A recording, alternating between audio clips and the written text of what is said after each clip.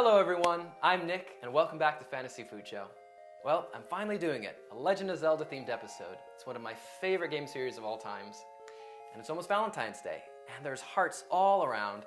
And that made me think of the original life meter from the first game. And I love those slice and bake cookies, you know, the ones that have the image that goes through them and you slice them and bake them. And so I came up with these. Legend of Zelda, slice and bake, heart cookies. Let me show you how it's done. To make the cookies, you will need some very soft unsalted butter, powdered sugar, cake flour, egg yolks, and remove 1 egg white, salt, vanilla extract, some red and black food coloring, and some candy sprinkles of your choice. And I'll leave all of the quantities on the website, fantasyfoodshow.com.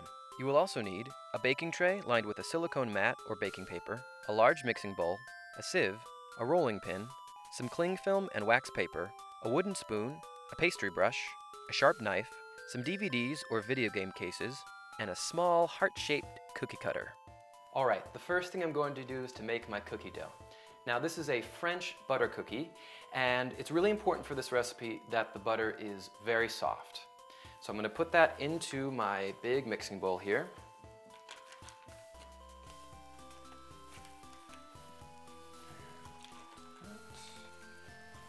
Make sure you get all the butter off. It's very soft.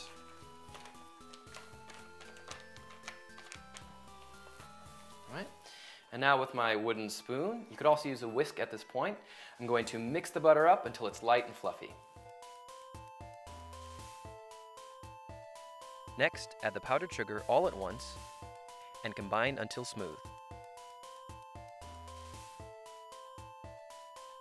Then add the egg yolks, vanilla, and a pinch of salt. Mix these into the butter and sugar really well. Sift in your cake flour and begin to slowly fold it into the butter mixture.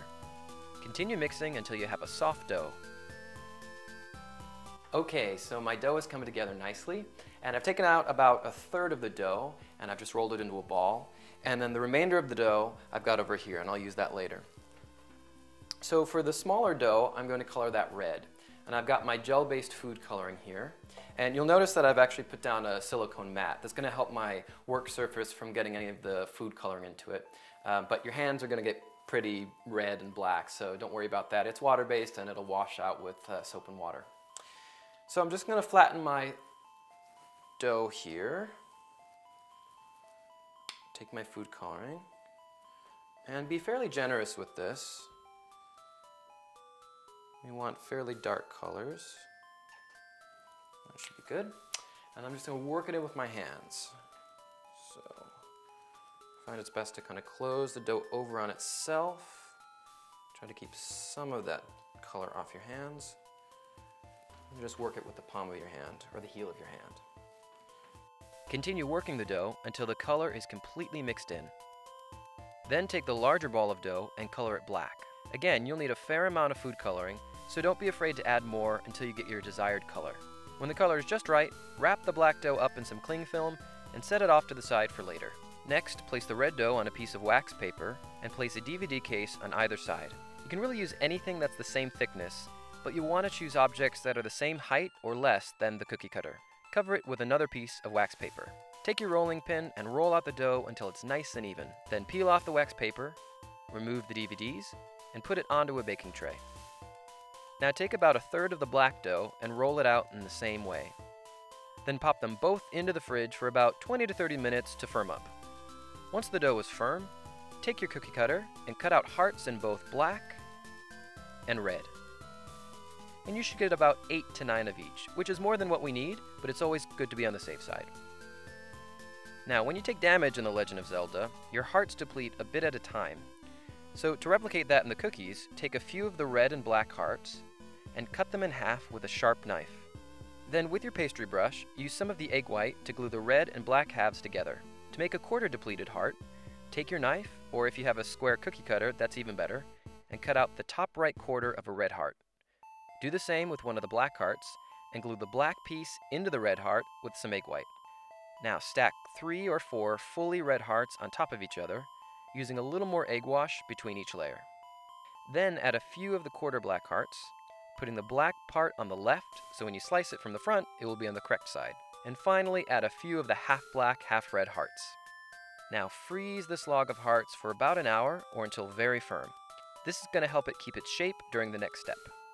Once the heart log is frozen, add some of the black dough into the indent on the top. The black dough should still be at room temperature and really easy to work with. Continue adding dough around the hearts until they're completely covered. Then roll a thin layer of black dough that is large enough to cover the entire log. Place the hearts on the dough and trim off some of the excess. Then using the wax paper, roll it up. Next, wrap the cookie dough in some cling film and roll it a few more times just to even it out, and then pop it into the freezer for about an hour. Okay, my cookies are almost ready to slice and bake, but before I do that, I want to coat the outside of them in some sprinkles. And I have two different kinds of sprinkles here. The white ones, the little white ones here, are called nonpareils, and then I have some little edible confetti mini hearts. But I think I'm going to use the white ones today. So you'll see I've got a little baking tray here, and I've put a little bit of wax paper in the bottom. That's going to help with the cleanup of these sprinkles because they tend to go everywhere. So I'm just going to pour, whoop, there they go. Let's pour these right into there. That's good. And I've taken my dough out of the freezer. And if you find that the dough is kind of lopsided at this point, just let it get a little soft and then just roll it on your work table again to round it out.